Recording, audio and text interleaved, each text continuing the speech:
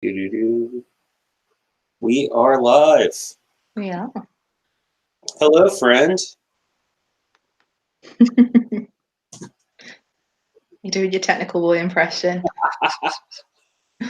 No, I think that's how I'm going to start off every Believe episode from now on, just to creep everybody out.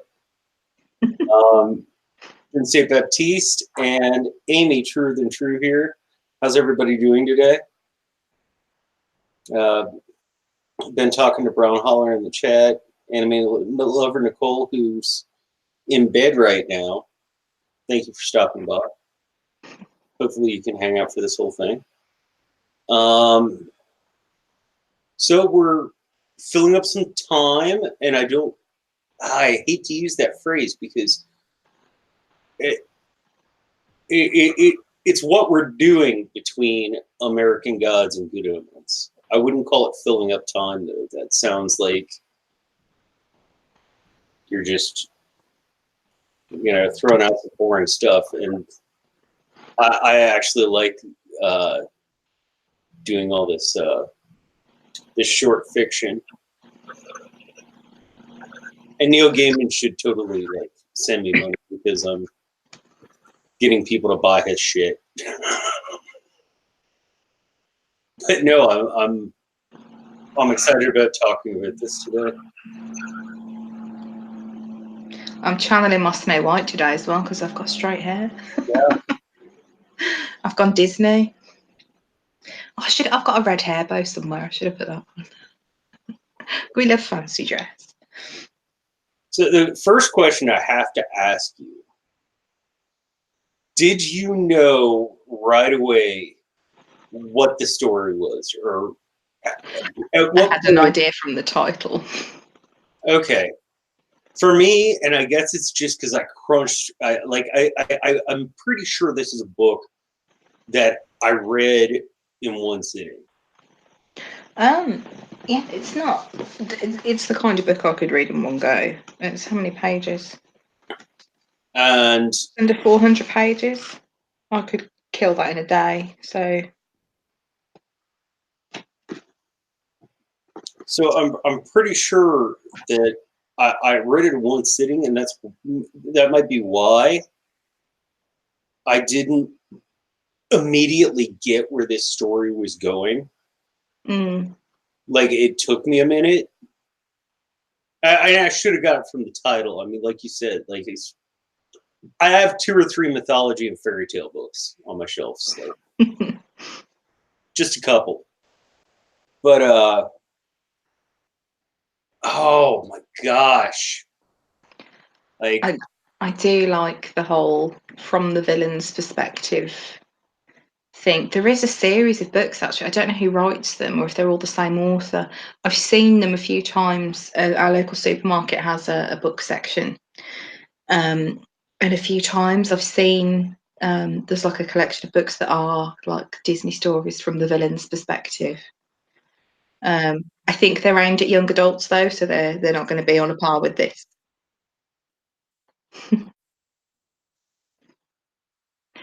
Yeah, they're aimed at sort of teens, so they're not like on a par with this. But they look good. I keep thinking I must check one of those out and see what they're like. And funnily enough, the same day that I read this story, I saw an advert for Maleficent 2. The film's coming out in October. Yeah, and I love the first film. Actually, there's very few films that my kids really, really like that I am quite happy to watch on repeat, but that is one of them. I do like it. So it's kind of reminiscent of that. Like if they made that really dark and a more adult version, it would be something like this.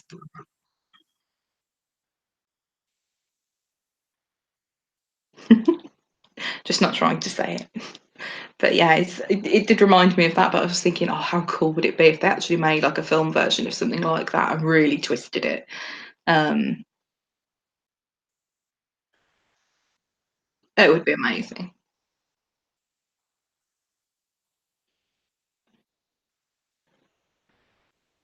I don't think we have. So when you get into like the higher ratings, you get a 15 or 18, and I believe I think that's it. So I don't know if it's the same really. Hmm.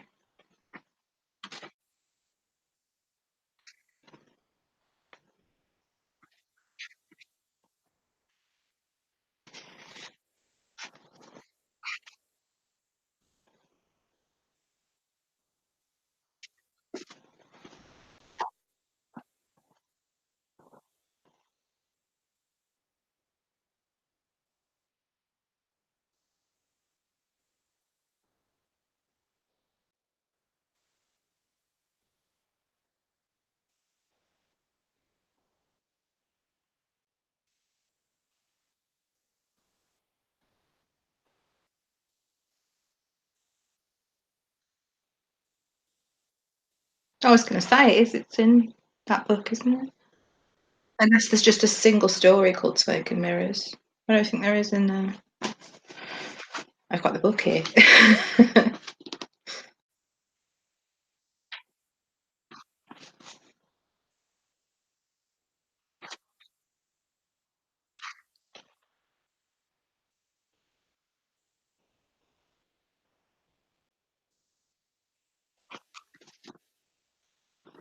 No, there isn't a story called Smoke and Mirrors in Smoke and Mirrors. So you have read it Bear Island, Josh. You just don't know it.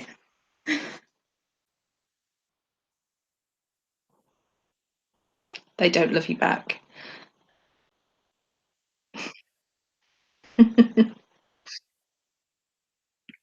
You've said her name now. You know she's going to materialise.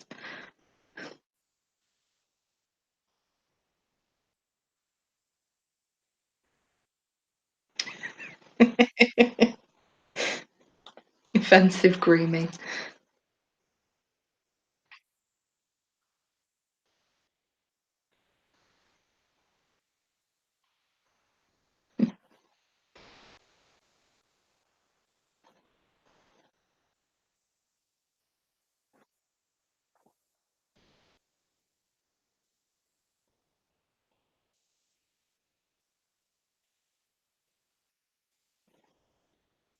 Oh, your cover's nicer than mine. Oh, I've got it too. I have a different cover. Mine's boring. It's very pretty. I think this is like a newer one. I imagine you've got an older copy. This story's from the early 90s, I think.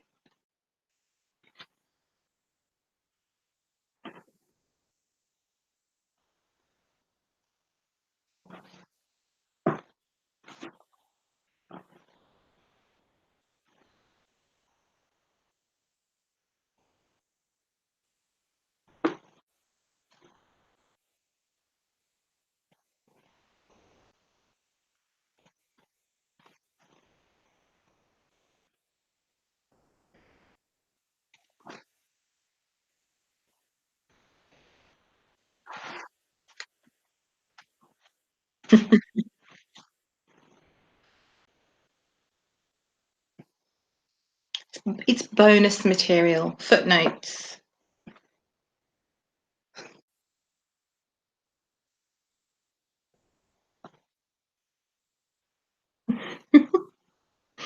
All the glasses. See, I'm going to be squinting all through this because I can't put my glasses on because I'm wearing false eyelashes and they're too long. I'm suffering from my own vanity now.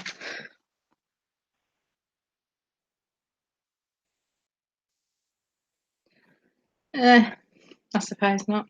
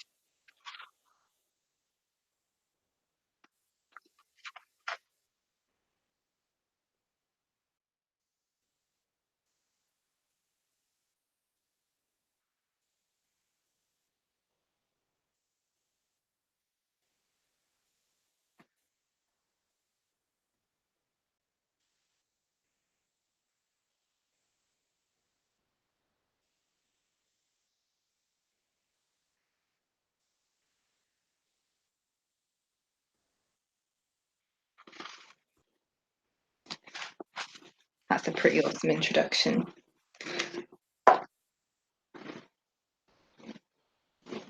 And it's true, probably. Not that I have any intention of reading Snow White again anytime soon, but I mentioned like the thing with Maleficent, and now if you sort of watching Sleeping Beauty, I think I watched it with the kids not that much of a long time ago, and I was thinking, oh, she's not really that bad though.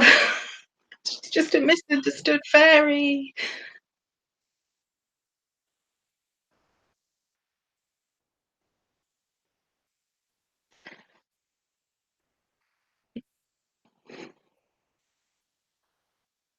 Mm,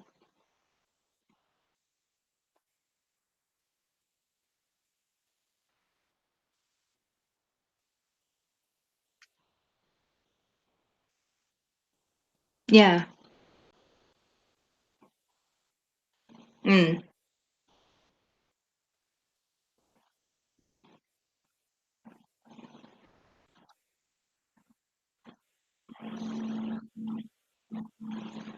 it does, and it also features elements from like the original Brothers Grimm story, not the Disney story, which I like because the Disney story misses a fair few bits out of the original. Um,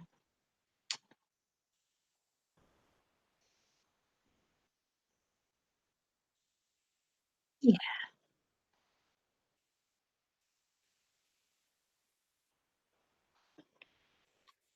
no, I think not even Disney though. I know, like having two little girls, we have plenty of fairy tales and stuff, and we've got like fairy tale books that aren't Disney fairy tales that still tell the story of Snow White, basically the Disney version. Um, so in the original story, there's three occasions that she visits the cottage in the woods to try and poison Snow White. The first time she brings clothes, corsets or dresses or something, and she tries to kill her by pulling the laces too tight. I totally sympathise with that. And then the second one, it's a comb, a silver comb or something that tries to poison her with, and then it's the third time that it's the apples. And you never hear those two things in like any of the retellings, not just the Disney one, but general fairy tale books. They never, ever, ever include those for whatever reason. I don't know. I guess it's just they want to skip to the happy ever after at that point. That too.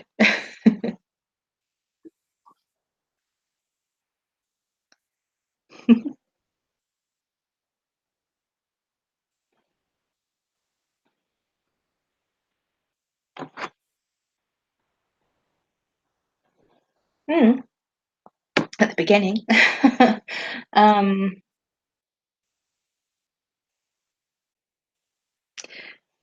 yeah,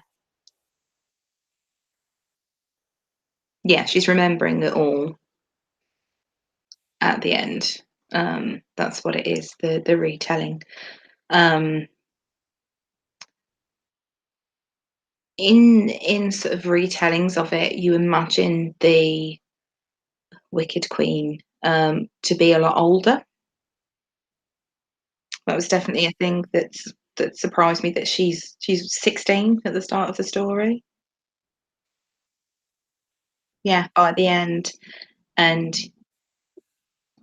I'm a bit younger than me as well, but it you would expect from how the traditional story is that she would be a lot older than that.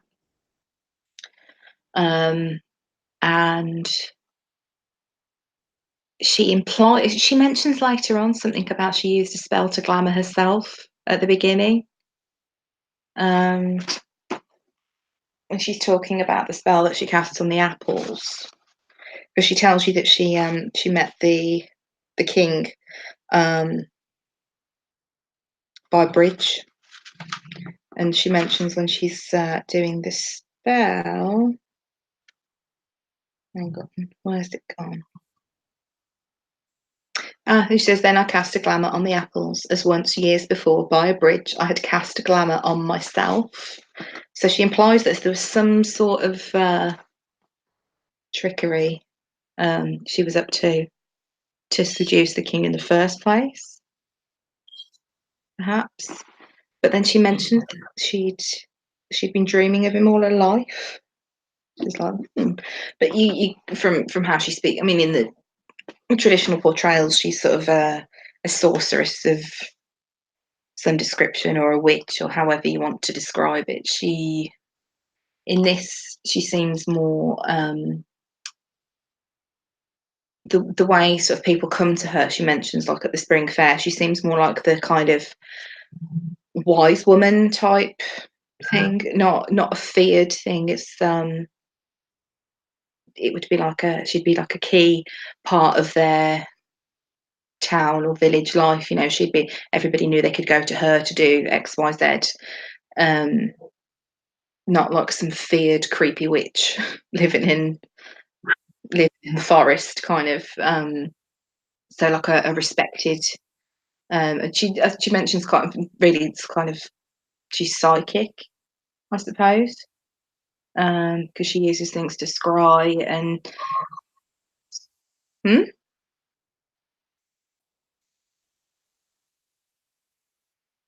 Mm,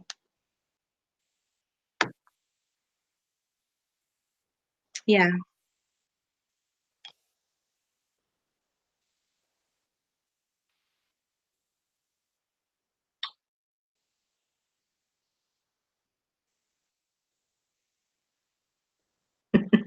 So yeah, she mentions that she's been dreaming of this king, um, and then she meets him, and it's kind of the fairy tale trope of love at first sight. Like he keeps coming back to see her, and eventually she ends up being taken to the castle, and becoming his new wife and the queen, and stepmom to a very creepy little 5-year-old.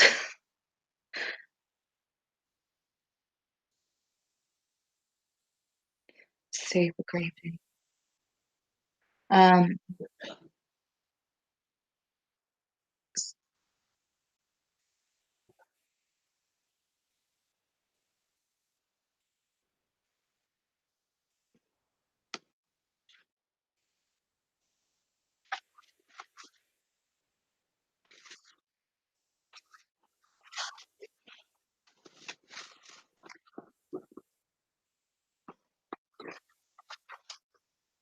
well, the last line just nails it. Um, but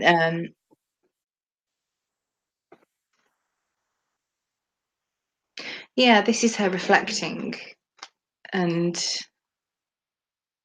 she doesn't seem like she regrets it to me. Like, she says she would have done differently. What Knowing now what she knows, that she would have done things differently, but she's very dignified about it, it would seem.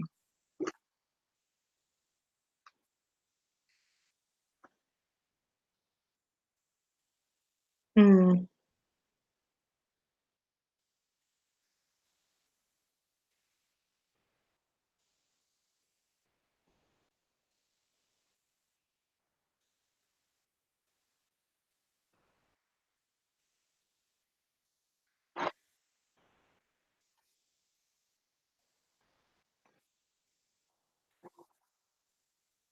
mm.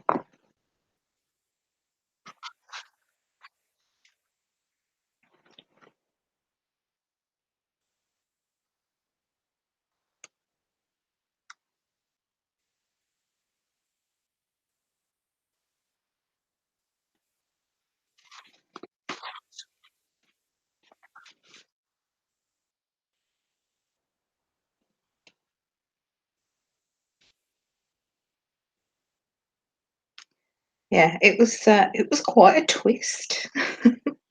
um, and there's a fucking hilarious miss.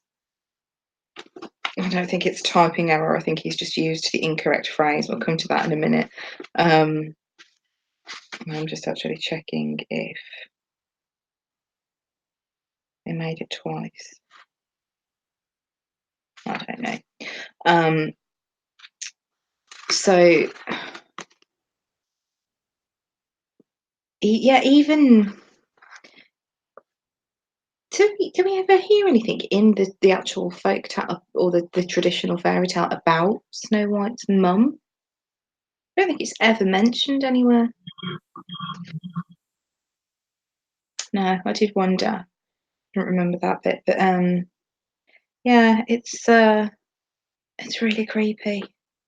So first of all, she wouldn't eat with them, and sort of as I'm reading it, I was thinking, oh yeah, maybe she like doesn't like her new stepmom. um, and I was in for a surprise then. I really liked how she's talking about sort of the traditions in autumn, sort of what they do with their food, and in winter, um, and the traditions that they follow. It very much kind of gives her this like the woods witch type vibe that she has. So she's kind of very in tune with the seasons and nature, um, which I did like. And I feel really sorry for her as well because she's actually really nice. She doesn't do anything awful in this, and apart from try and kill Snow White, but I think that's pretty justified. But yeah, so the impression is like the child doesn't eat with them because she's off eating someone else. um, and they don't mention anything like any sort of servants that they would have in the castle, or um, people that clean for them, people that cook for them. And I wonder if that's because it's taken to this point for her to get through all the stuff. Maybe that's why she comes to her stepmom, because there isn't anybody else that she can go to for food. Um, and then obviously she started on a father as well. Um, she talks about her teeth being sharp as well. Sharp teeth. You just if you say sharp teeth, though, at first to me it didn't seem like a vampire fangs. It made me think like a whole mouth of sharp teeth, like a shark or something. Because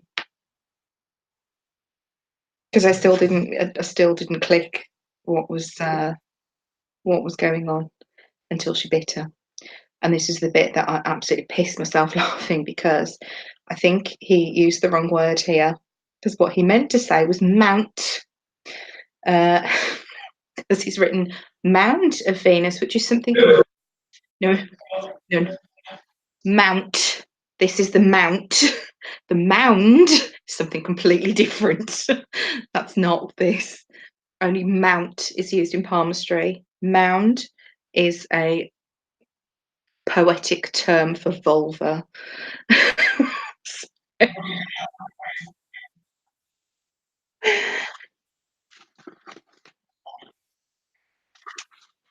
Palmists use mount with a T. If you're using mound with a D, it's not referring to your hands.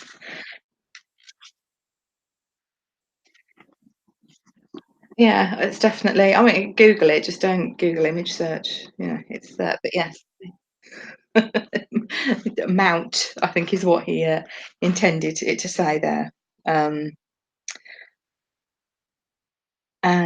when she says that she screamed, when the girl looked at her, she fell silent. It seems like she's got some sort of she can exert some sort of control over her victims, um, which that's like a kind of a fairly common thing around vampire mythology and lore, is that they can sort of yeah, kind of like captivate people just by looking at them, and that they'll just kind of they're in like a bit of a stupor then, and they kind of just freeze and don't do anything to stop them fighting back. And it's like a hypnotic state. Um, but I'm surprised she remembers it. I know that sounds really strange, but in a lot of these things where vampires can do this thing where they can make people, they're essentially messing with people's minds, is that often they also make them forget what happened, but she doesn't. Um, Hmm? So, where's it gone? She starts to lock her doors, and she's got bars on the windows. Um, and then the king starts to deteriorate. Um, and then, the slightly gross bit that he gets a bit freaked out. Um, oh god, when you find out why later on, it was a bit like, okay, that grossed me out really badly. It is. So yeah, he's blood loss is affecting him in the bedroom, but he freaks out at having a mouth anywhere near him because that's one of the spots that his own daughter has been choosing to feed off him. It's just a bit like, what? And she's supposed to be what, 6 as well. Um, it's Bear Island Josh says the king didn't remember. Didn't seem that he does. Like he doesn't seem to realise what it is. I mean, you would think if he knew his own daughter was a vampire that he would have done something about it.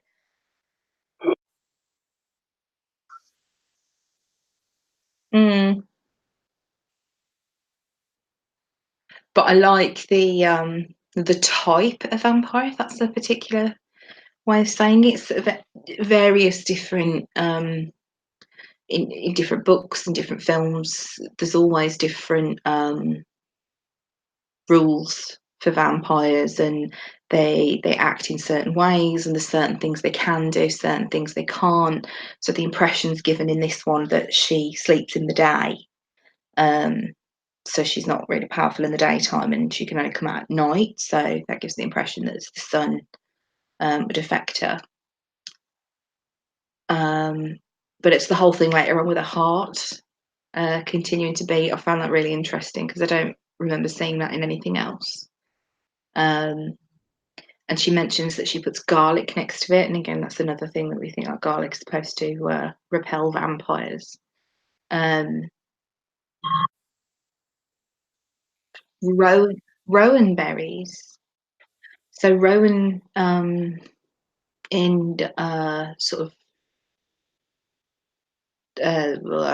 trying to think what would the in a sort of pagan traditions really, it's supposed to protect from witchcraft and um, people with ill intent.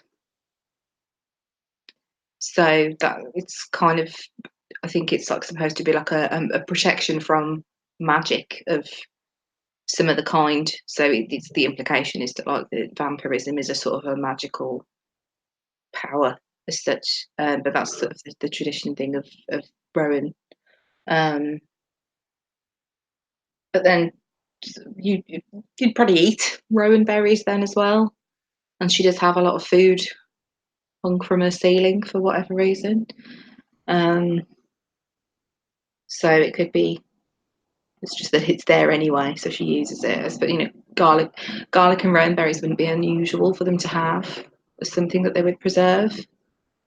So it's not, she doesn't seem to have those like specially for it. It's like she already knows what things that she has that would work against this. It's very unusual that she also has an idea of what would kill her.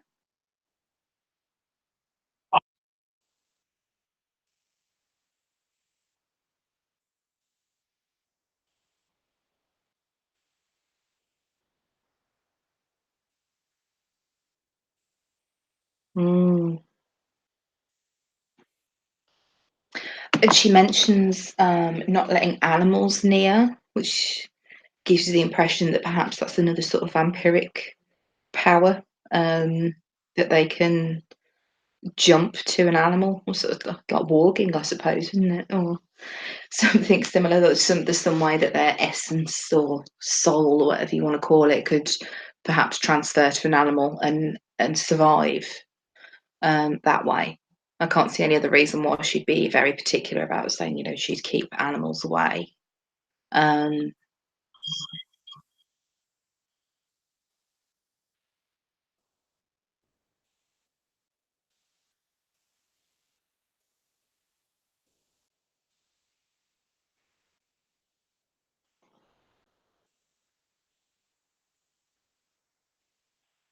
Mm.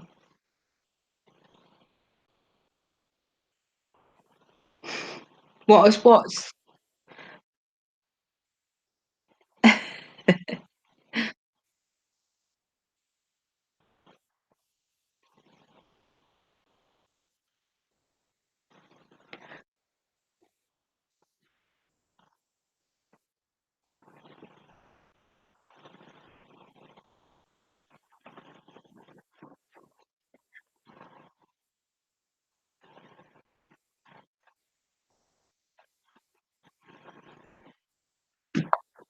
mm.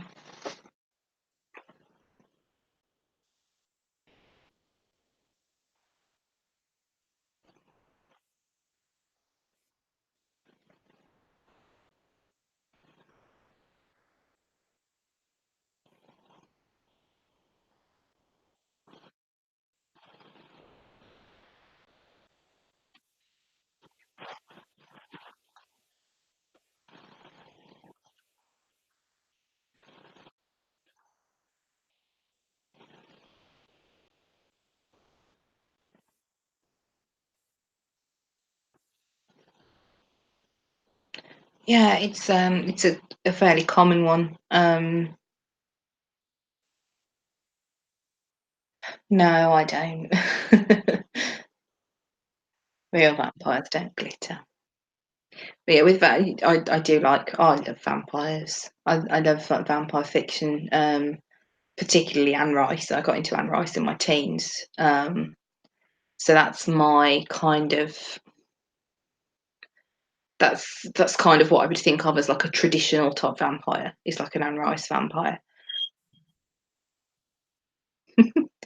I don't, as a writer as well, though. I love her style of writing. Um, not all of them.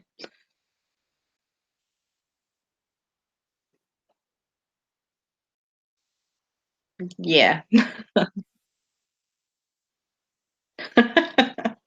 um, I also really like Laurel K. Hamilton, and again, that's another one that I've been reading for a very, very long time. It's like an ongoing series.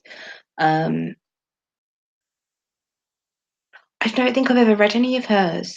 Laurel K. Hamilton's are very different, and her whole world thing it's really good. And there's lycanthropes as well, um, of varying types, not just wolves. But her universe, I like the way that's done. It's very different. Um, it does keep some of the traditions, but there's quite a few different things in it. And I'm just kind of trying to squint at my bookshelf from here, thinking what other vampire books I've got. I can see. Oh, Whitley Strieber. Have you ever read The Hunger? Have you seen the film?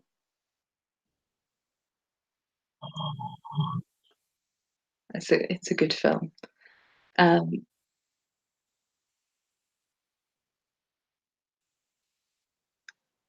oh God, I don't think it's been that long since I last watched the film. It's probably only in the past couple of years. I think I watched it.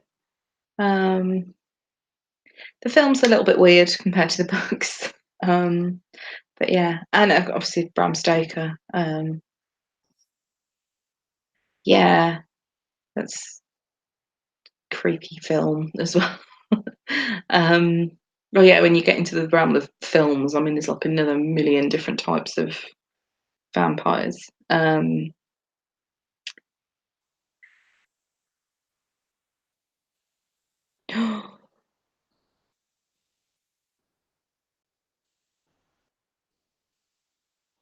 Oh my God, you can't. I thought you were going to say Gary Oldman.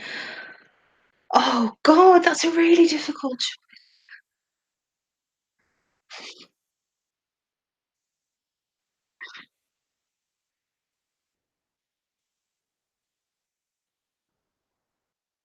Mm. I thought you were going to give me an easy choice. I don't know.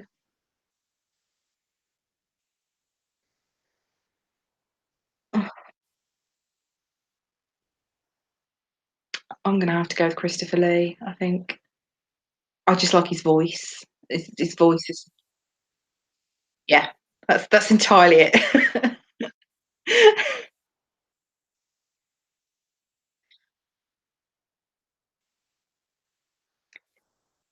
He's just got an awesome voice though, and his presence and um oh, there's a vote for Bella.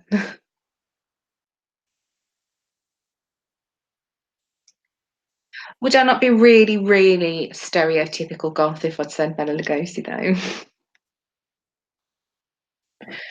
Yeah, there we go. I'm subverting expectations. In fact, Bauhaus are in the film of The Hunger as well, aren't they? So with that, but yeah, I'm gonna go with I think Christopher Lee.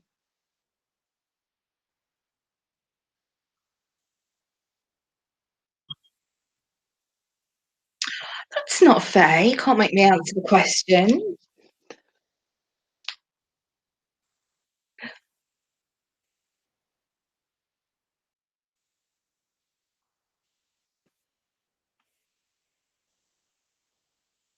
Mm.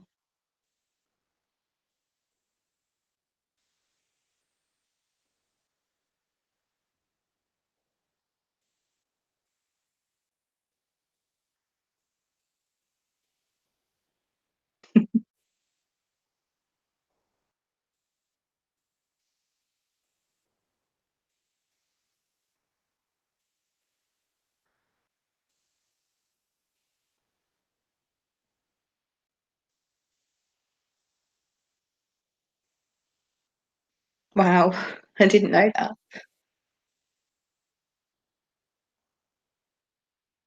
That's pretty cool. Clarissa said that he was actually playing Dracula when he died in an Edward film. He was buried in his costume.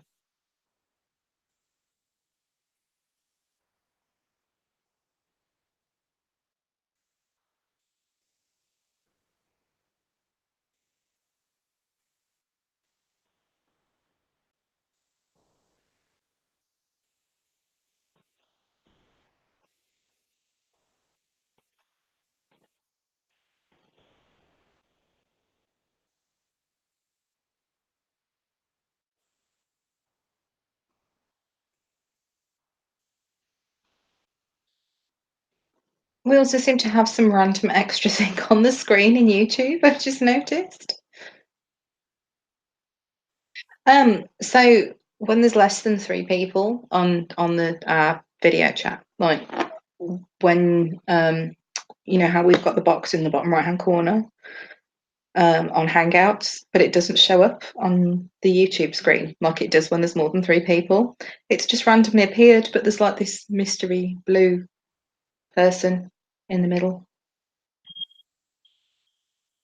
I can hear you.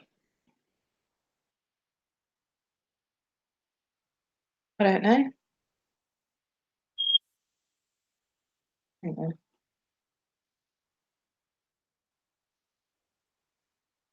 No, you're not. Hear you. You're not coming through on the YouTube thing. I've just turned it up. I don't know.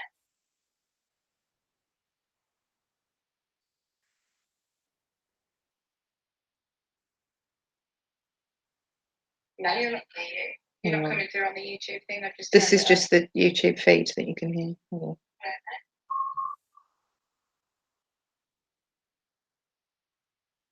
Still not coming through on there. How strange. No, you're not. You're not coming through on the YouTube thing. This is. Dog show says just hop out and hop back in.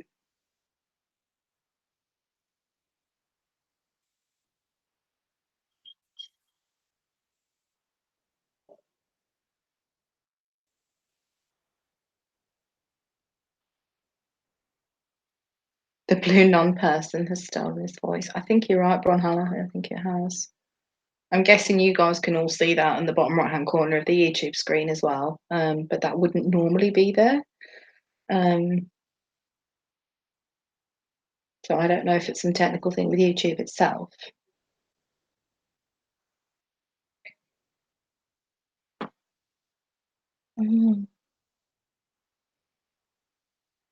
Clarissa wants to give the blue guy a name.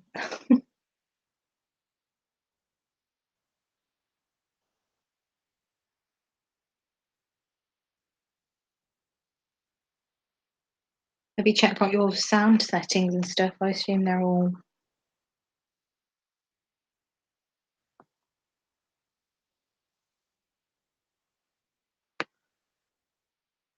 You can try speaking now, see if it's coming through, or...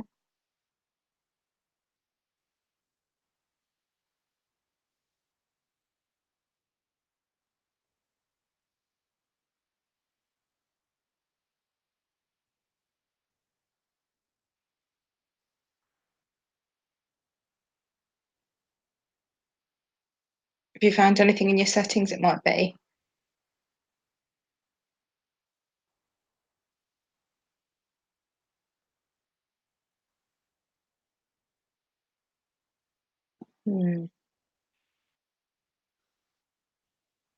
Okay, so anything in your settings it might be. Hang on a minute. Right. John's just hopped off the Hangouts thing, so I think if he comes back in, it should be working. Now that that thing's disappeared from the screen. And of course, yeah, Ron Haller's right. Is there any name other than Tech Boy? We'll have to blame him. Can you hear me now? I can hear you in Hangouts.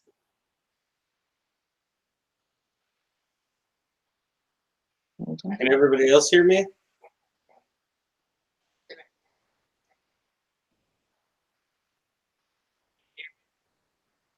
Yes, you're working on YouTube now.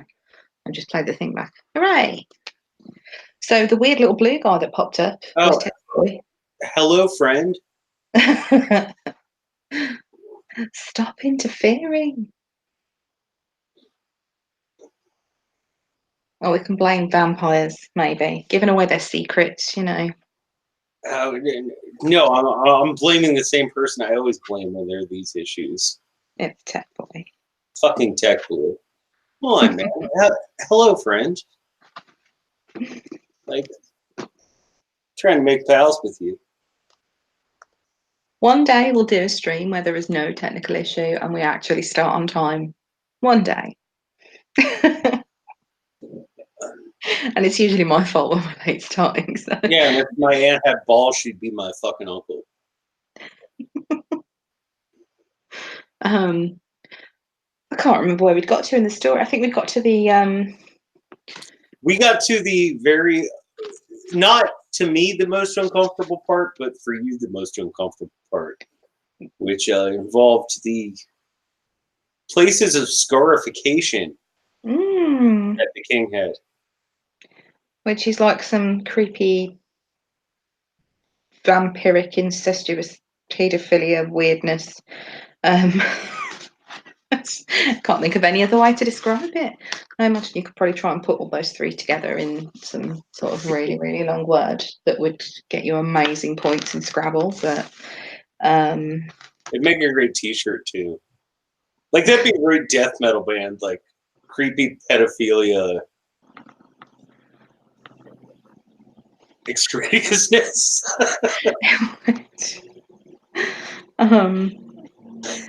Like, so, hey man, have you heard CPE's new album, man? It's fucking sick. Oh my god. Literally sick. 6 guys double picking at the same time. 2 drummers double bassing.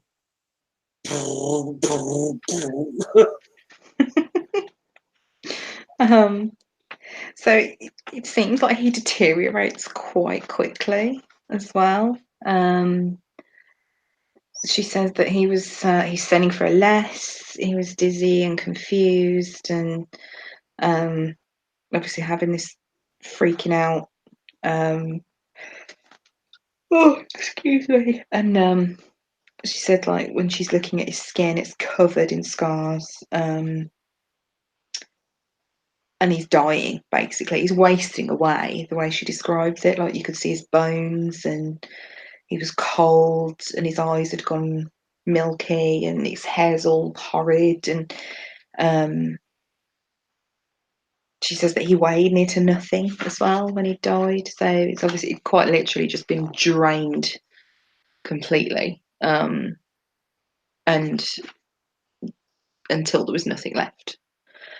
And then at this point, obviously, she's only been with him for 2 years.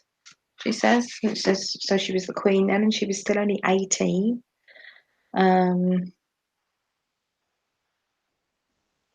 And this is when this is what we were talking about, wasn't it? We were saying about the animals, what she would do if she knew now what she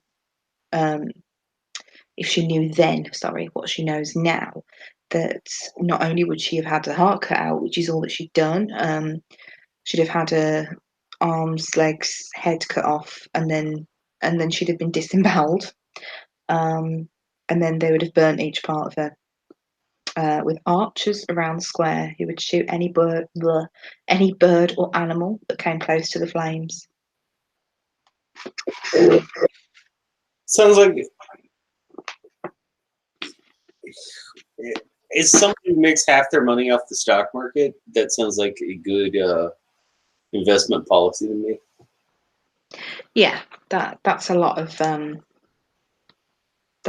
death. Kind of. That's Hey, you're dealing with vampire cocksucking 6-year-olds. yeah. So sorry if that's a little too vulgar for anybody. No, it's fine. I was just looking at the chat.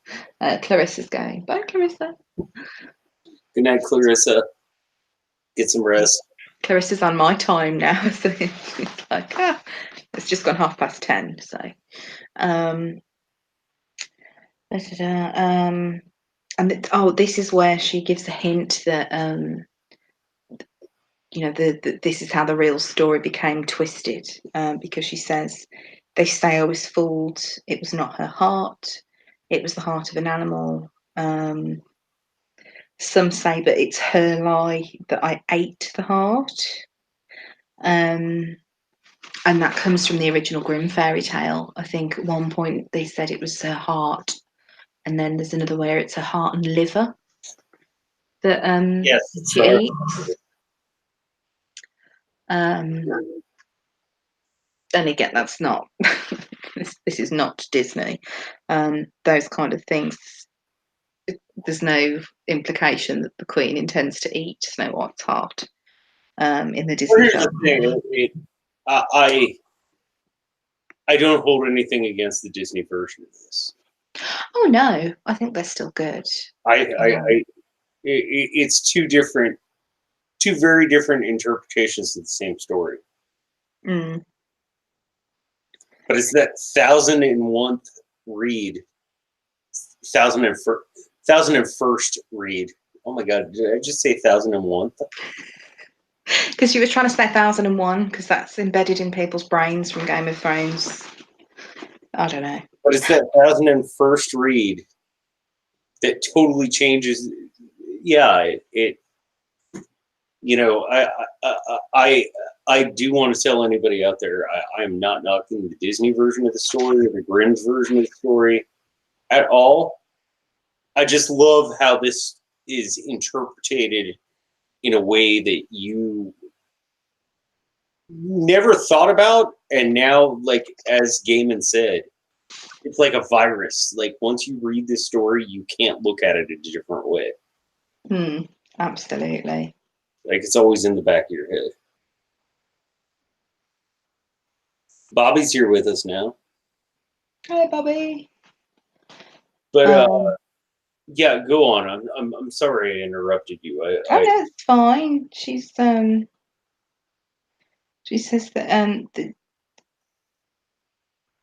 there's half truths, and the actual thing she says is what's it called? Lies and half truths fall like snow, covering the things that I remember, the things that I saw, a landscape unrecognizable after a snowfall. That is what she's made of my life. So she's saying this this is sort of one part of the story that got twisted, but then from this point on, a lot more of it did. So she sends somebody to do this. Oh, excuse me. She sends somebody to take the princess because she says, I didn't go with them. They took her in the day while she was asleep and weak, took her to the forest and cut out her heart and just left her there. So when they brought the heart to her, it continued to beat. And this is where she said that she hung it from the beams above her bed with rowan berries and garlic. And yet the thing is, at this point, she thinks she has the bars taken off her window, so she's like, right, yes, she is dead. If she was actually dead, why would the heart carry on beating? Yeah, that Um, kind of made me question a few things. It was like,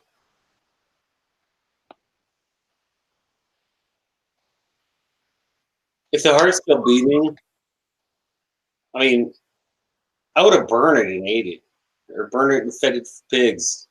You know? yeah.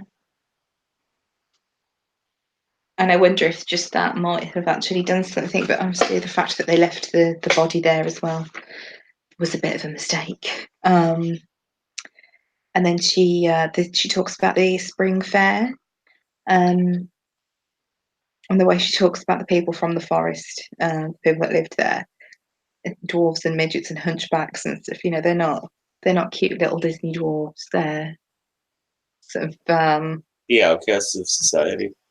yeah, you know, they're the people that live like away from the village and Because in that age, I mean, that's what would happen with people like that.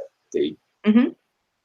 they they'd be thrown out of the culture. They Yeah, because old people would have all sorts of weird ideas, you know, that it could be contagious, you know, that they were cursed, or that, you know, there's all sorts of things that they assumed um, based on their appearance. And she mentions that when she was younger, she used to tell fortunes for the fairgoers, and she would scry in water and then later on in glass. Um, scrying's usually trying to find something in particular rather than like telling a fortune. right. Um, but yeah, that's and talks about how the stallholders were scared of the people that came from the forest folk, and they had to nail down things because they'd steal the. Oh, sorry, my long day's catching up with me. But they had coins and with like faces that they didn't know, so it implied like they'd had these things for a very long time. And the way she keeps referring to them as fairy folk, it was like she actually talking about like a proper, not fairy folk, sorry, forest folk. Is she talking about like real forest folk? You know, people that have been there for a very very long time, not My just. my impression was always that these were things they took from travelers Could be, but she says in exchange or in robbery. Like, maybe. and that's why these are faces that are unrecognizable because they're from other countries and things It like that. says stained green by time or the earth, the face on the coin unknown to even the oldest of us. But I interpreted that as that they were old things. Mm. Um, yeah, there's a different way you can interpret it. I hadn't thought of it that way They because she didn't does turn into mention. leaves though. They didn't turn into leaves though. Which disappear. I got rich once and then it all turned into leaves. It was terribly. It does say in the next bit that they would prey on travellers, and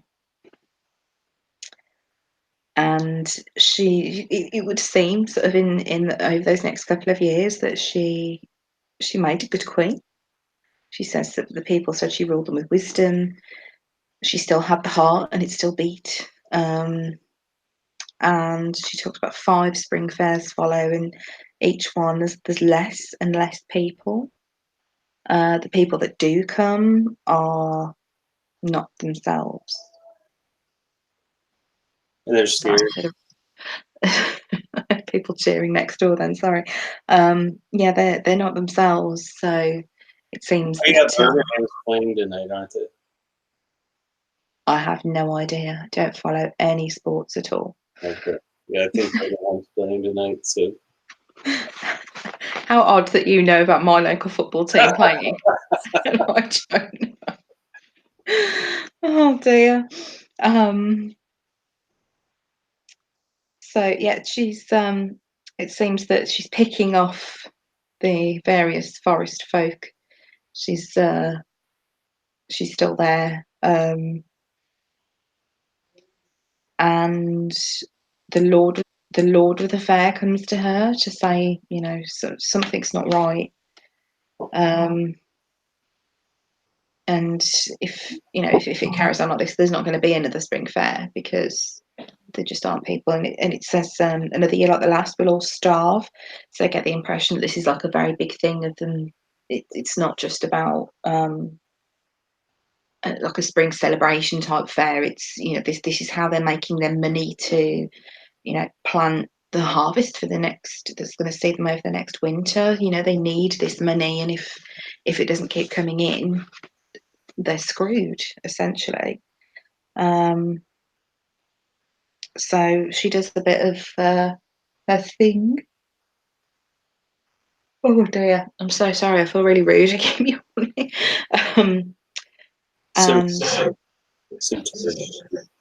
Hmm? So terribly weird. It's been a long ass day. You're tired at like midnight. That's It's terribly awful. 11:15. So when I think at this point she doesn't necessarily know what it was that she was looking for. But when she's thinking of what she needs to find is whatever it is that's affecting the forest people. And then she sees the princess, saying she was 12, still looked the same, still wearing the clothes that she'd been wearing, and that she's watching somebody, like she's stalking her prey, essentially. Yeah, this was the part of the story that really disturbed me. I can understand why. For a number of reasons. But the way it was written was just like, oh my gosh. Wow. So we've got a monk traveling through the forest and kind of making his camp for the night. And she comes to his fire. And I don't get the whole thing why straight away he decides, oh, well, I'm going to throw money at her and she's. and we're going to have some fun, rather than assuming that she could have been another traveller, or the fact that she's a child. Maybe she's just lost. But she's kind of. I get the impression though that she knows that she's there she's going to try and seduce him because that's the easiest way that she can get him into a vulnerable position so that she can attack him. I don't think even in this one it never seems to imply that she kills a person in one go.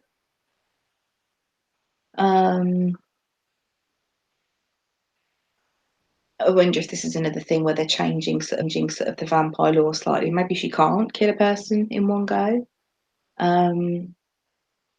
because she can't drink their entire blood volume in one go, or something like that.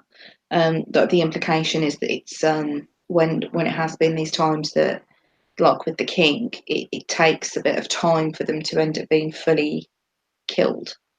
But obviously we don't know what happens to the monk after his encounter. He probably has to wash his robes. Yeah, I imagine so. I don't get the thing about the black liquid. That's just gross, but doesn't make that much sense. But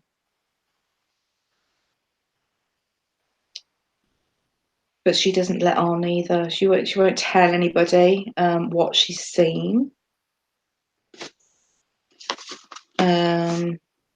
You look like you're covering your mouth because you want to say something, and you're like, ugh. No, I'm listening to what you're saying. Yeah, the black liquid just really. I've read this story probably like 20 times, and it still grosses me out. It's gross, but it's also puzzling because I'm not sure what it's supposed to be. I don't know if it's like supposed to be because she's like some sort of demonic thing or something, but yeah, there's a number of ways I think that could be interpreted. And all she tells the people there is that, you know, don't worry, I'm going to sort it, kind of, and they trust her that she will. And then she decides that, you know, she's going to plan what to do,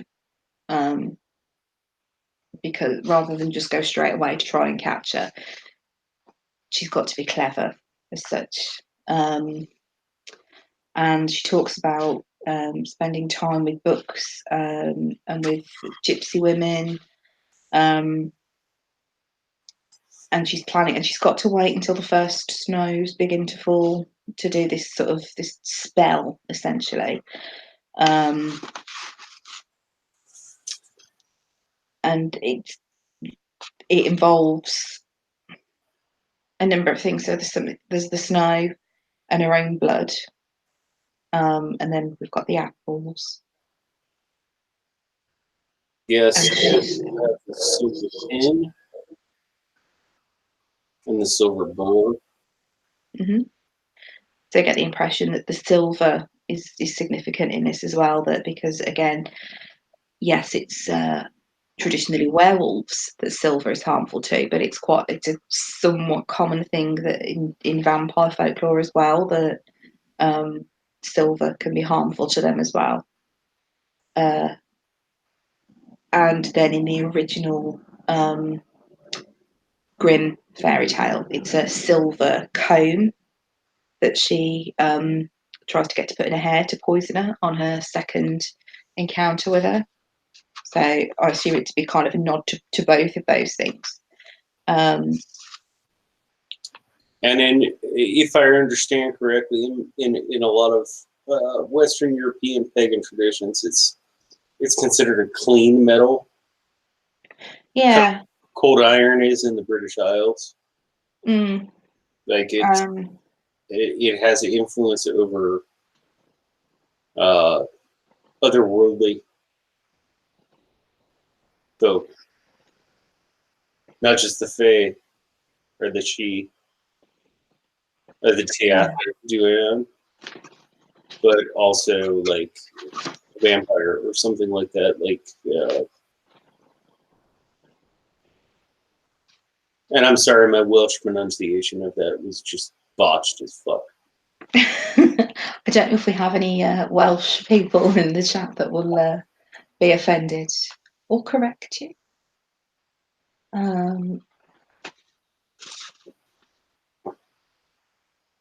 Oh, and she's naked. Key part of some spells is being naked. That is like a thing in some like Wiccan branches. The branches of it is being naked for certain rituals, or skyclad. And she's she's doing a thing where there's blood into the basin, some powdered stuff, mystery substances. She says it's herbs, toad skin, and other things. I mean, it could be anything. I thought the toad thing was funny. I was expecting the next thing to be like Eye of Newt, some cheesy, like Disney witch. I, I did like that they the way the entire ritual was described. Yeah, it's how it is described, and it's it's cold and windy, and it's windy. You think, and it gives you a very good description that like you can really imagine it. And then she's pricking the apple skins, and they kind of just soak up all the stuff. It seems she has to stay there all night though, because she says it's not until dawn that she puts the cloak on, and takes the apples out. And she's using silver to handle the apples as well. She has silver tongs. Like, it's not specified why they have to be silver, and I wonder if part of that is she's having to protect herself from them. Right. And she uses a silver knife. She uses a silver pin. I wonder if that means there's like some small amount of the silver is actually in the apples then as well. And they've soaked up everything. She buries the bowl in the earth. And then she says that she cast the glamour on the apples, and that's when she mentions that she'd cast a glamour on herself previously. And as part of that, it's to remind the colour, so they look like fresh blood. And the fact that they have her blood in means that they'll sort of smell and taste of blood. Like, it's very deliberate. If you wanted to get a vampire to eat an apple, that's how you do it. And then we get this kind of thing where she's straight away into the peddler woman. But she doesn't disguise herself in this. Apart from pulling the cloak down over her face, she's capable of casting some sort of glamour on herself because she's done it before. But she doesn't try to do that here. She doesn't do the whole witch going into the No. skull. Oh God! And in the Disney film, that terrified me as a child. Mm. When she turns into the creepy old lady. Oh my God, that was horrible. Like, little 6 or 7-year-old me found that frightening, but would still watch Beetlejuice and not even flinch. So I just thought about how much wine you could keep in a cellar that big. I just thought about how much wine you could keep in a cellar that big.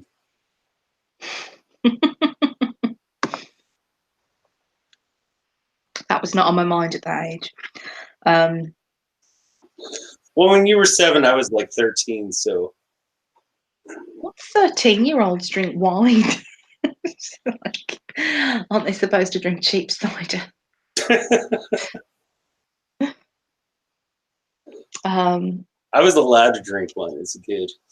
It's probably why I have a bit of a taste for it. Outside of church, or just? Yeah, outside of church, like with supper, or. I think I was allowed to have it like mixed with lemonade. This would have been white woman. Blasphemy. That's more blasphemous than the end of the story. Oh, it's disgusting. I wouldn't drink it now. It's disgusting. But I think I was allowed to have it occasionally mixed with lemonade if it was like a special occasion. I was allowed to drink Guinness though at like 14. First time I got Guinness drunk was when I was 8. 8? Oh my God. It was at a wedding.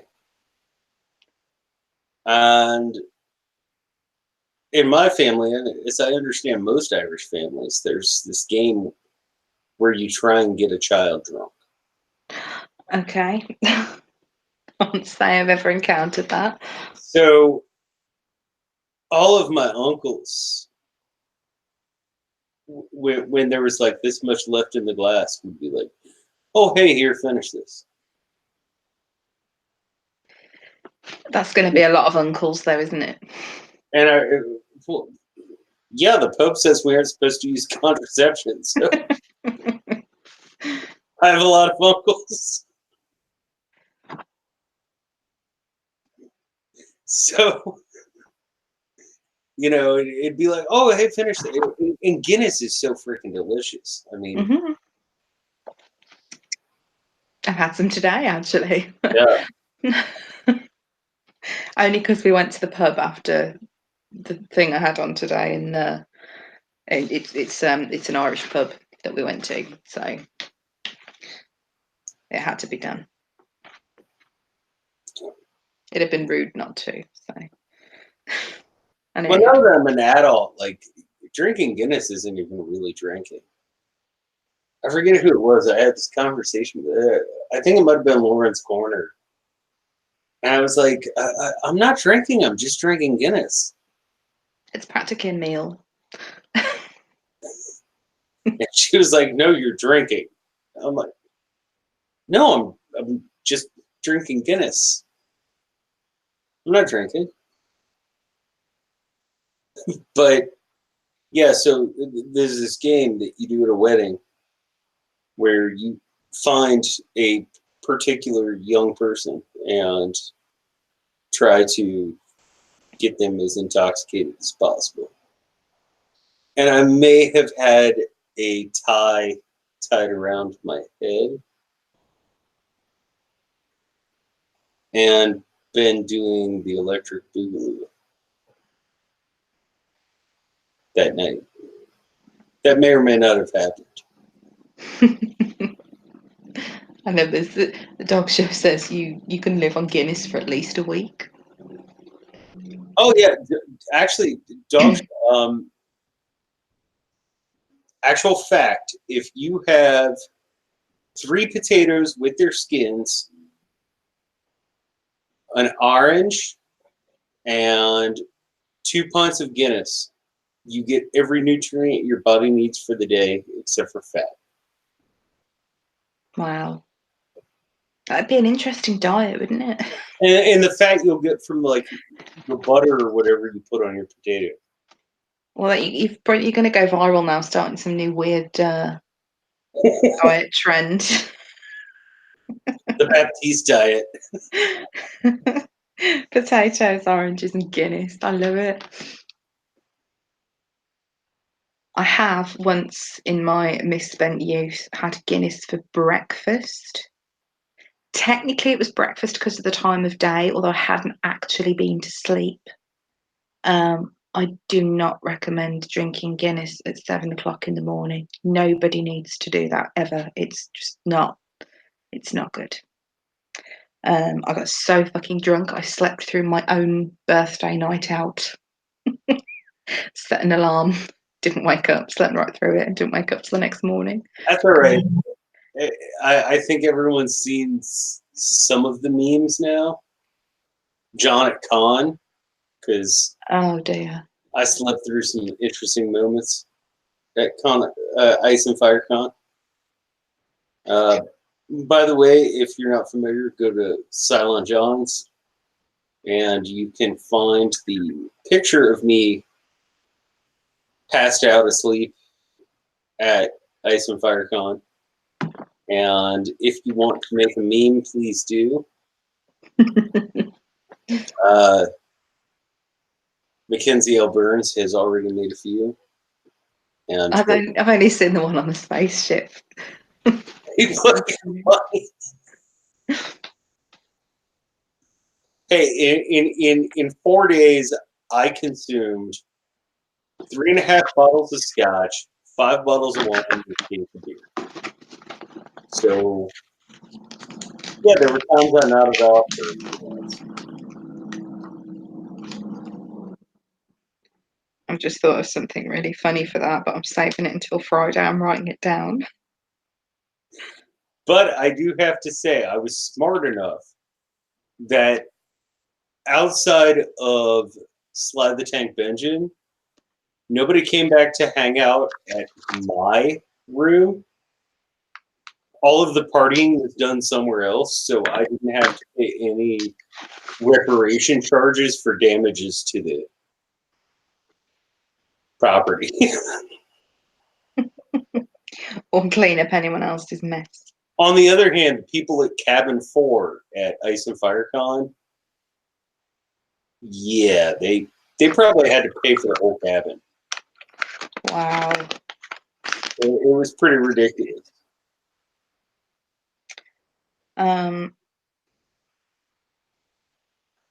Story. We've only got a couple of pages left now. It's getting late. Holler says I don't know how to pace myself. Yeah, I pace myself. That's over 4 days. Instead of all on the first night.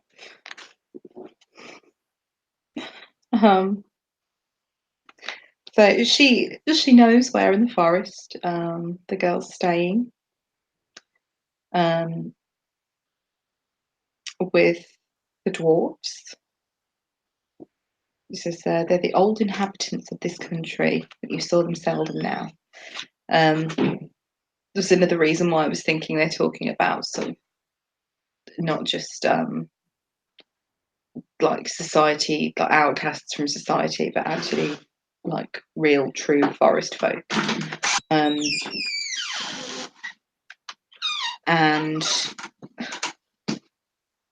she waits for them to leave. It's having visions of, because they're all coming out of this cave together, you can't help but think of the Disney song, and they're all walking off singing hi-ho. Yeah.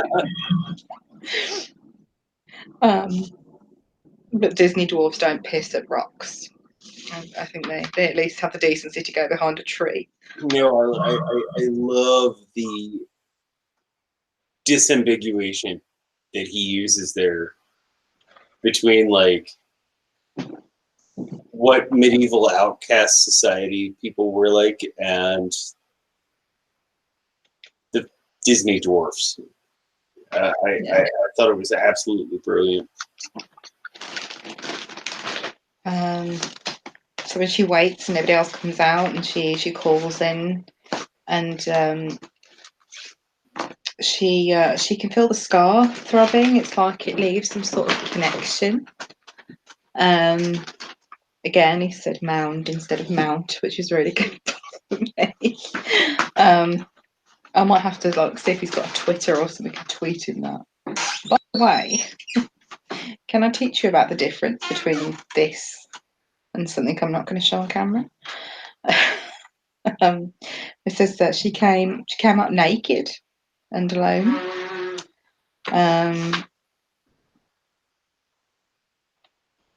And she's still covered in weird black stuff.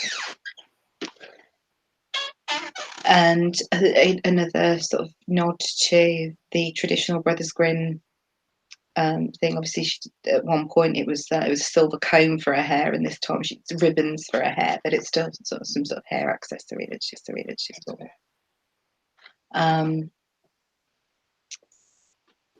And I like to think.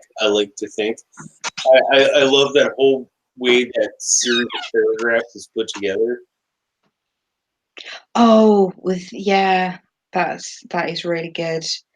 It gives the impression that perhaps she does, because this happens later on as well, when she imagines the prince finding her, and I don't think it is just her imagination. I think it's part of her ability, her seeing ability.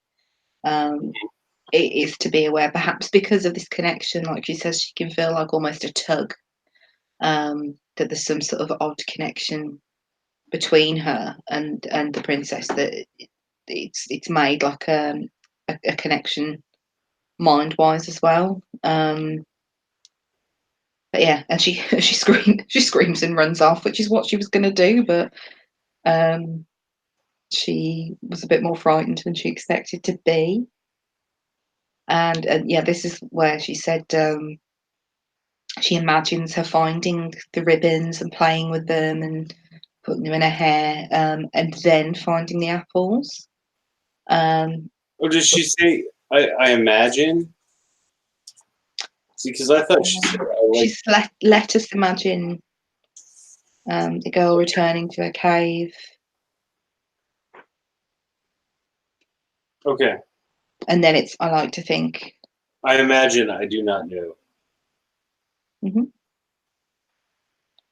And Oh, yeah. let's talk about necrophilia, Prince. Oh my god. Creepy, creepy. She knows how to pick him, doesn't she? So yeah, I mean obviously at this point she's still only 25. It's been 2 winters since this had happened, as the heart stopped beating. So she assumes that she's dead and all is well. But she's trying to make a good political decision. Like, Yeah. she's like, hey, this is the kingdom south of the mountains. Mm-hmm. My kingdom, we can marry them together. I don't think that much of you. I don't even know you. And I love that phrase. He rode with a small retinue, large enough to defend him, small enough that another monarch, myself for example, would not view him as a potential threat. Yeah. So you get the idea that is what he's come for. Probably is to discuss, that they should get married and join their kingdoms together. Just get on that stone and lie still and Stand by the window creepy. Oh my gosh. until you're freezing cold. I mean, it gives the impression of maybe we read and watch too much George R.R. Martin, but royal people are creepy. they are, Creepy. and it kind of gives the impression that this was perhaps on the first night as well. You just said in the night I went to the prince's room. That was my assumption from the beginning. You think he'd maybe keep a lid on the weirdest of kinks until they'd managed to go through the whole marriage thing, and then let loose with the crazy. But yeah, stand by the window until you're freezing cold, and then just kind of lie there and don't move and stare at the ceiling. Exact opposite to what most people would enjoy. I mean, at the end of the day, we all have our kinks, but seriously, whoa. Yeah, I generally wouldn't kink shame, but necrophilia, that's a bit too much. You know how many goth points you just lost? I'm naturally this pale. I don't even use white face powder. Danny Phillips is getting out his shame bill for you right now. I can appreciate the aesthetic without having a thing for dead bodies. I think you're taller than him, though, so I'm not. I don't know. I met him. He's a wee little thing. So am I, height-wise. Make up for it in volume and noise. Yeah, it is proper creepy. As if we haven't had enough weird sexual shit in this. We've got to just take it one step further. But the great thing about this story is, with all the weird sexual shit in this, it doesn't come across as erotica. No, At all. not at all. It's like,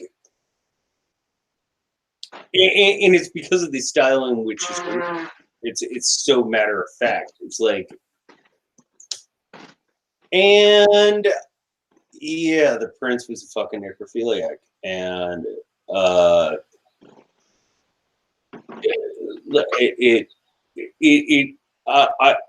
I mean, that's very hard to pull across. What's sexuality in a story, and it doesn't remotely come across as erotic. No, not even slightly. Like, at any moment. Maybe a little bit when she's talking about shagging the king.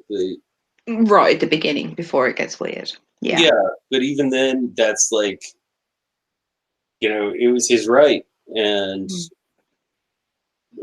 it Let's be honest.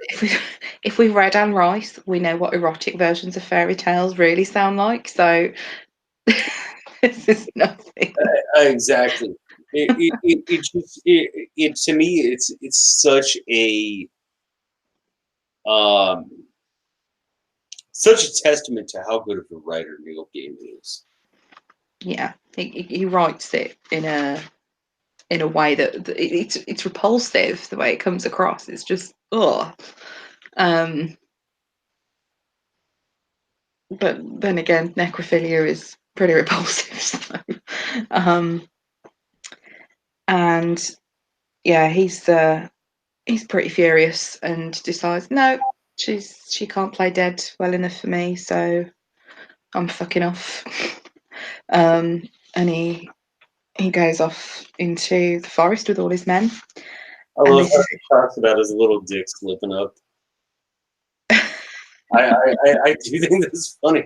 I mean, even that is said matter of factly, but it's just so funny that she's like, yeah, it's a tiny slippery thing. this tiny slippery thing. So That's yeah, how to really, emasculate a man in one sentence. so brilliant. His tiny slippery thing. I mean, as you said, how do you demasculate somebody in one sentence better? Da, da, da, da. Oh, this is where we get to I imagine again.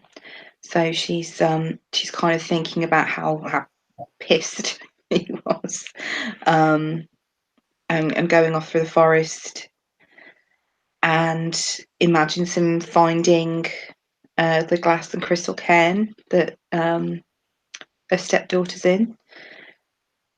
I think she does mention that the spring fair, the dwarves are buying glass and crystals at the fair. So obviously this is what they've done with them. And obviously traditionally in the fairy tale, she's put in a glass coffin.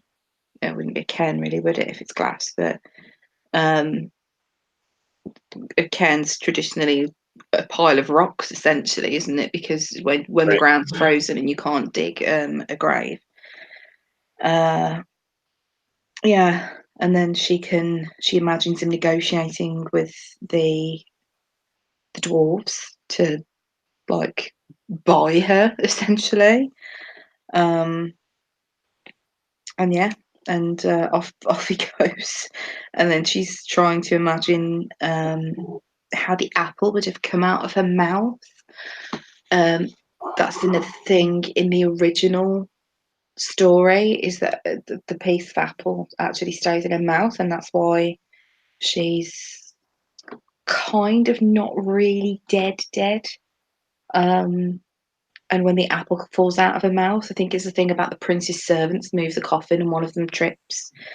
Um, and then the piece of apple falls out of her mouth, so she wakes up. Whereas in obviously with Disney, it's she just wakes up because he kisses her. But He loves kiss. mm, not quite. And Well, you know how much faith I put in that.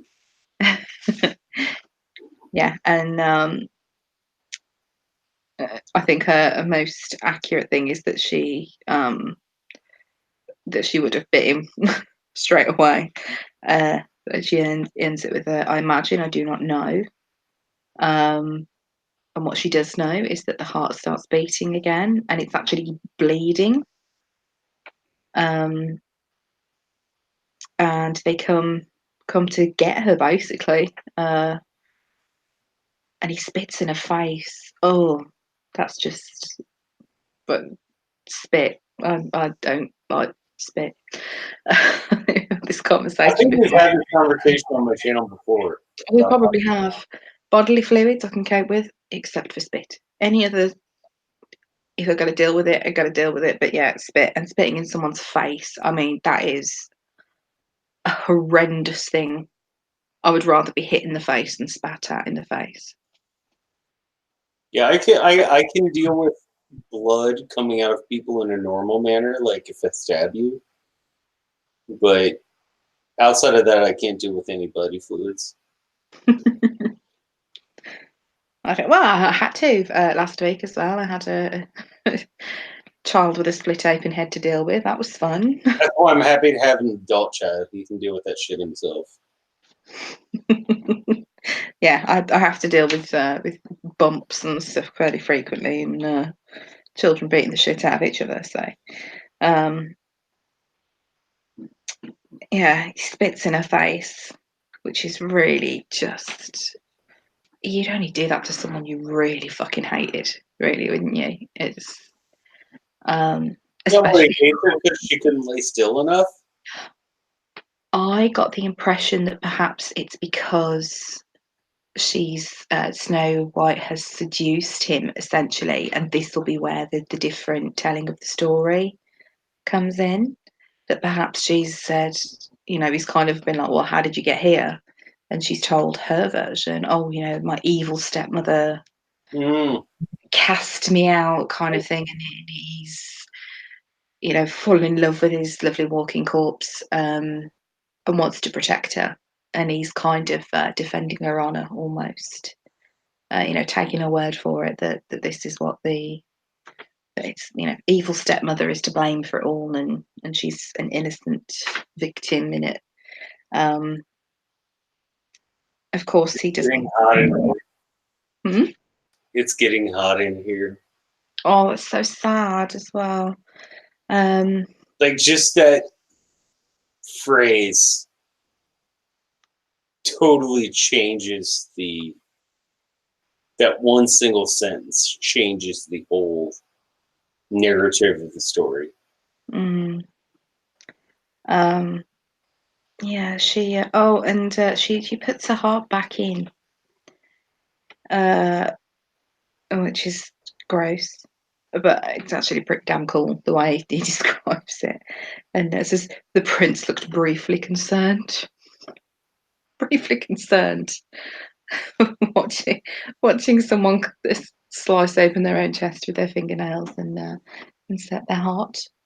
Um, but I think that's kind of indicating that he's bespelled somewhat. Um, and even though she put her heart back in, she stayed cold. And the bloom of death remained on her lips, whatever that means. One would think that meant some sort of decay. Well, bloom of death could also mean a red rose. Hmm. I don't know. It gives the impression it's just something on No, her no, lips. no. Uh, I'm just saying if one were using a figurative manner, oh, okay. it could mean a red rose. Lips as red as roses. Mhm. Um. So they said they're going to get married, so the kingdoms would be joined, and she'd be with them on their wedding day. Um. Now this is where she says it's getting hot. Um. And she says they've told the people bad things about me, a little truth to add savour to the dish, but mixed with many lies. Um, so she's kind of saying, this is the real story, and what you know is what they've told everybody. And she said she was kept in a cell through the autumn. Like And the then, pig that they talked about earlier. yeah, they cover her in goose grease. Um, You're not going to do that with someone unless you plan to cook them. Yes, she does mention rendering goose fat in the late autumn and roasting a pig. Oh, and you want to get even darker? It almost kind of alludes to cannibalism. Hmm. Um, well, yeah, I'm pretty sure that's what they're about to do. She's going to be with them on their wedding day during the wedding feast. I would Oh, I certainly. don't just mean for the prince and the princess. I mean for the whole community. But you think it's tradition that it would be a person and not a pig? No. What I'm saying is they're using her as as the autumn feast as opposed to the pig. Yeah, that's what I meant. So yeah, she's saying that people brought her through the crowds to the kiln, and everybody's fine with it. It's like, okay, so the jeering and stuff. People are banging on the outside and singing and cheering, and it's like, oh my god, what a morbid bunch of people. They think it's a celebration that they're gonna fucking cook her. They're not burning her; they are cooking her. A kiln is a fucking oven. Yeah. Yeah, it's not. It's not like burning someone at the stake. It's very, very different. And she mentions seeing a snowflake landing on her cheek and it doesn't melt, obviously because she's all cold and gross.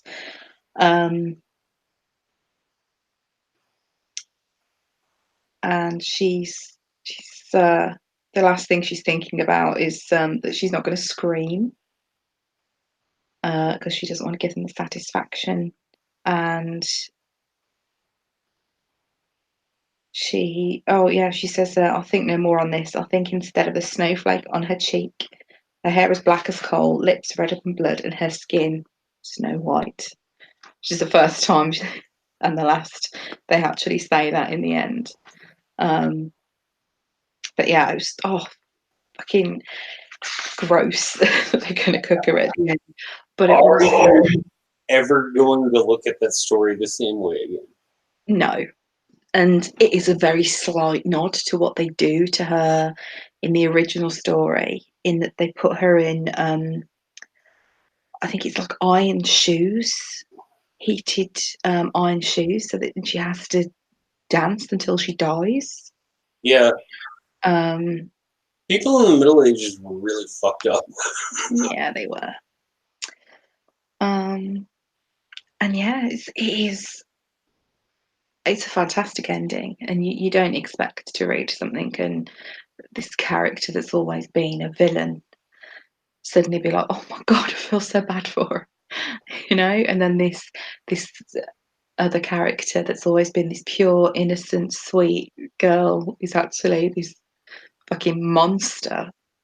Yeah. Um, Not just a vampire, a monster to boot. yeah, Like, beyond the whole vampire thing. yeah. A monster as a human being. Mm-hmm.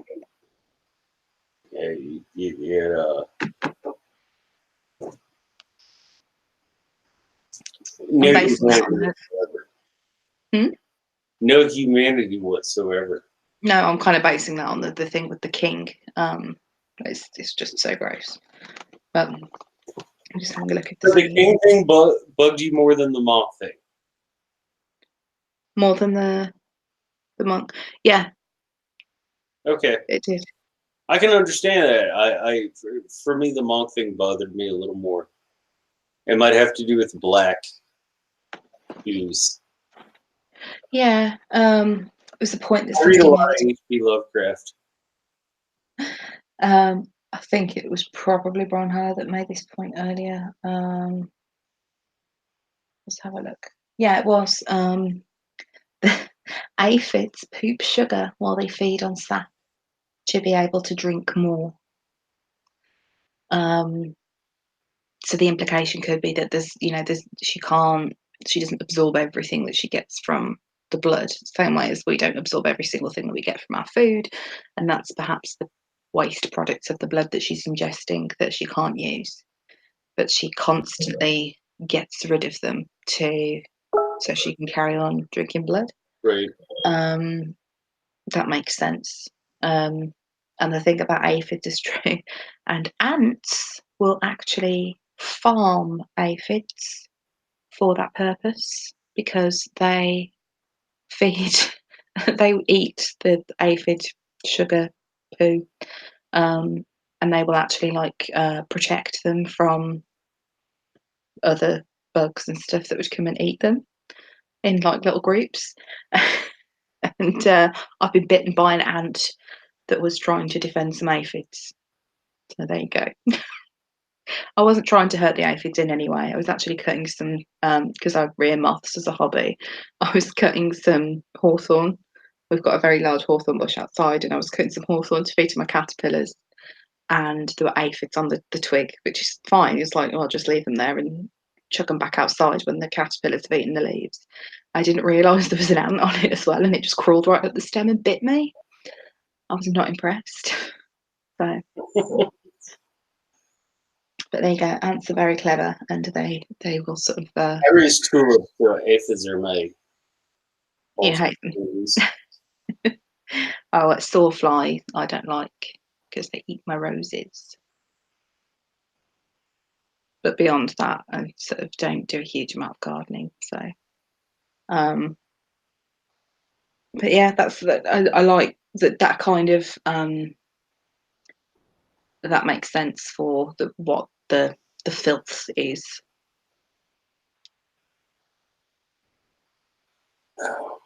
Yeah, I think this was a good way to start the short fiction thing. Mhm. So since we all have copies of Smoke and Mirrors, have you read through the whole book already? I haven't. I'm still reading Good Omens at the moment as my main read. So, What do you think next week? Story that's right before this, Murder Mysteries. okay.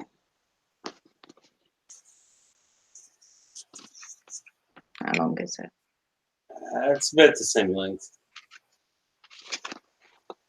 And it is written like a proper mystery. Okay, well, it's a bit longer. It's 32 pages ish. But yeah, that's fine. I can read that in a week, no bother. Maybe we talk about. Mhm. It's another good one. Brian Haller's just asked in the chat and saved me typing. Moths. I breed various ones actually. I prefer silk moth species because the adult moths don't actually eat, so they're low maintenance, but mainly tropical ones because they're much more pretty than the single species of native silk moth that we have in the UK, although I have reared those this year. At the moment, I've only got some native stuff on the go. I've got lackey moths, which have just started to emerge the past couple of days. So once they're done, I shall move on to something else. But I'm going to a tarantula show on Sunday. And usually there's various other invertebrates on sale there, so I'll probably pick up some pupa of something cool. And maybe do Atlas moths again because it's been a while since I've done them. What was the species that you sent me taxidermied? That was butterfly. That was a small tortoiseshell butterfly. It is absolutely beautiful. It's hanging, and this is not an insult at all. It's hanging in my loo. My loo is the entire room is covered with nature things. I actually have a few extremely expensive plates with birds on them and some pressed flowers and things like that. But I also have the butterfly, the tortoise. Small tortoiseshell. I should have made you a label for it. Butterfly that Amy sent me. Yeah, my house has got a lot of frames of dead stuff, mostly moths. But yeah, I do do them for myself occasionally. My house has. I mean, I guess I could. Oh gosh, this is sacrilegious, but my house has a lot of picture frames with dead stuff. They just happen to be Mary and Jesus. Actual dead things, though, not just pictures of. But yeah, like I collect skulls and stuff as well. So there's all sorts of creepy shit in my house. I collect Byzantine artwork. You don't get more creepy.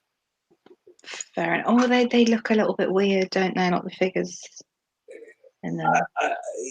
We had this conversation on one night when we were talking about American Gods. Like, icons shouldn't look like cute. No, they should look terrifying.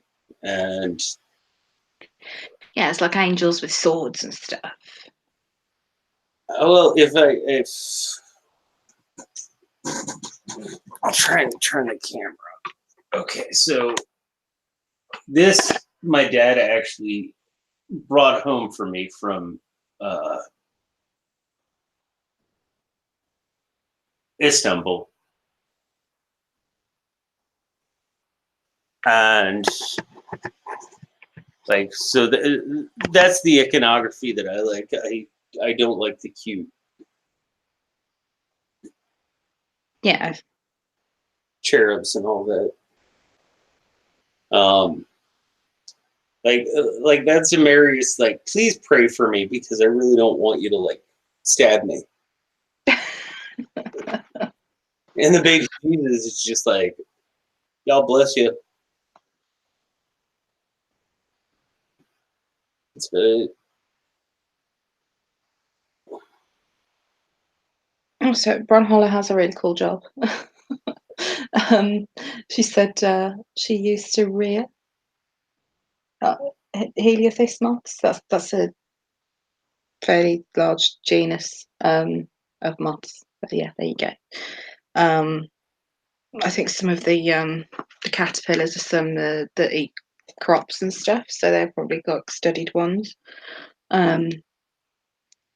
But yeah, I don't actually release native adults. Bronhall has asked me that. I don't, purely because if I'm releasing large volumes, it can upset the natural balance, particularly because they get pupa and eggs from people in other areas of the country and that kind of thing. You know, you can end up with diseases from inbreeding and stuff. So, totally off topic. I could sit and talk about bugs all day. At some point, I'll I probably like about books all day. I own one or two. see at one point I must actually get round to doing a channel of some description myself, but it would just be the most ridiculous mishmash of nonsense. Talk about bugs, Game of Thrones, and crochet. Those would be my nerdy subjects. There'll be quite a wide range of people, I think, who would not watch a good chunk of the videos. But Which, by the way, crochet is amazing. I have some of Amy True crochet hanging on the wall. you do. I've got I can't actually see what I've done with what I'm working on at the moment. But I'm making a cardigan at the moment. She gave me my House Tarly sigil. You Her just said House House Charlie. Tyrell sigil. House Tyrell. House Tarly, no. House Tarly sucks. I mean, except for that fat kid, and even then, he's not. I mean, he just sits around and reads. I do that. But no, House Tyrell sigil that she gave me, hanging on the wall in the other room, which I can't get to right now. But it is awesome. And we are growing strong, even though most of our family is dead, at least she was. We still got a few floating around there. I'm having a little geek out in the chat about moths. Not all the boys are sword swallowers, so there are probably a few Tyrells floating around.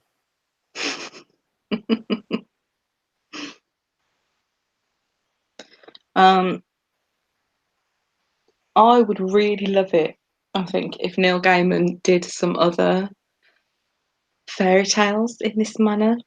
He has done. I remember mentioning it when we were doing the American Gods chats, that I found a poem that he'd written about the uninvited guest, the 13th fairy, which was supposed to be like written from Maleficent's point of view. Right. But yeah, something like that fleshed out a little bit more and written as like a story like this. I would love to read something like that. Basically, the lesson is don't leave the weird kid out. Like, just invite him to the party. It might be fun. Like, everything that ever went bad in Sleeping Beauty would have been avoided if you'd have just been like, hey, yo, come on over. Sure. Although original Sleeping Beauty is fucking awful. Yeah, there's no Prince Charming in that one. Oh no. That's another necrophilia story. Yeah, kind of. But before we get too much into perversions, we should probably cut this stream short. He said we have been going for like 2 hours over a 14-page story. So next week we are going to talk about murder mystery. And this is a good one. And anyone who decided to get a copy of Smoke and Mirrors doesn't even need to get a new book. It's right here in it. In fact, it's the story right before Snow Glass Apples. So you can enjoy that. My hair is going crazy because of the ridiculous humidity. My eyes are watering because of my ridiculous allergies. So I'm going to go ahead and get off of here. But before we do, believe.